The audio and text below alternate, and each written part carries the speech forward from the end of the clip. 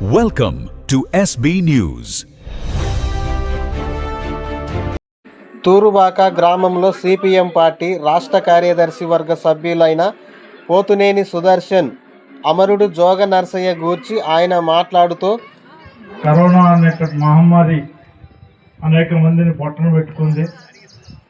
అందరూ కూడా దానికి అతీతం కాకోకుండా ఆ బారిన గురయ్యారు. సరైనటువంటి జాగ్రత్తలు తీసుకొని వైద్యం ఇతర సంబంధించినటువంటి వాళ్ళు కొంతమంది బయటపడ్డారు, కొంతమంది చనిపోయినటువంటి ఉంది. జోగ నరసయ్య కూడా కరోనా సందర్భంలో భూపాల్తోని పరిచయం.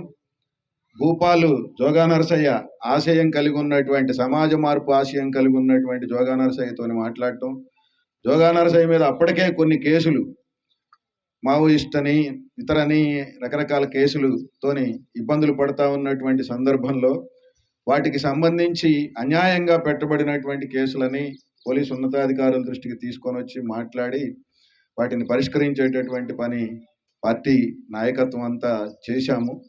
ఆ తర్వాత ఆయన కామ్రేడ్ గోపితోని వీళ్ళు మాట్లాడి మీతోని కొన్ని అనుమానాలు నివృత్తి చేసుకున్న తర్వాత వాళ్ళు కూడా ఆలోచిస్తామని చెప్పేసి మల్లయ్య గోపి ఉరఫ్ గోపి నివృత్తి చేయాలి అని అంటే ఇక్కడే స్కూల్లో ఒక 50-60 మందితో ఒక విస్తృత సమావేశం పెట్టి వాళ్ళ అనుమానాలు సిద్ధాంతానికి సంబంధించి, ఆచరణకు సంబంధించి, నిర్మాణానికి సంబంధించి అన్ని అనుమానాలు ఉంటే వాటన్నిటినీ కూడా మాట్లాడి నివృత్తి చేసిన తర్వాత వీళ్ళు కూడా సిపిఎంలో చేరాలని చెప్పేసి నిర్ణయం తీసుకోవడం.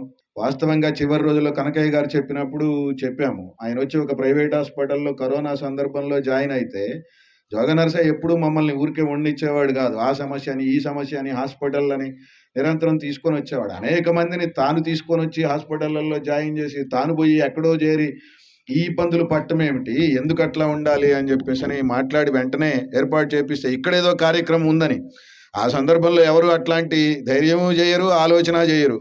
కానీ పూర్తిగా ఆరోగ్యం సరిగాకముందే ఇక్కడ ఒక కార్యక్రమం ఉంది అని చెప్పేసి వచ్చి మళ్ళీ ఇబ్బంది పడ్డటువంటి నేపథ్యంలో కామ్రేడ్ నరసయ్యని మనం కోల్పోయాము.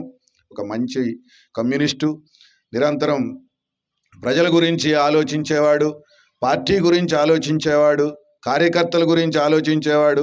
మల్లయ్య రెడీ అయిన తర్వాత ఇక్కడ ఉద్యమము తక్కువైంది, కార్యకర్తలు ఇదయ్యారు, మరి మల్లయ్యని ఇక్కడి నుంచి మారుద్దాము అని చెప్పేసి అంటే ఏం పర్వాలేదండి, నేను చూసుకోవడానికి సిద్ధంగానే ఉంటాను అని చెప్పేసి చెప్పాడు. అట్లా ఆయన తన శక్తి మేరకు పనిచేయడానికి, నేను ఒక్కడినైతే ఎట్లా అని చెప్పేసి అనుకోకుండా శక్తి మేరకు పనిచేయడానికి సిద్ధపడ్డాడు.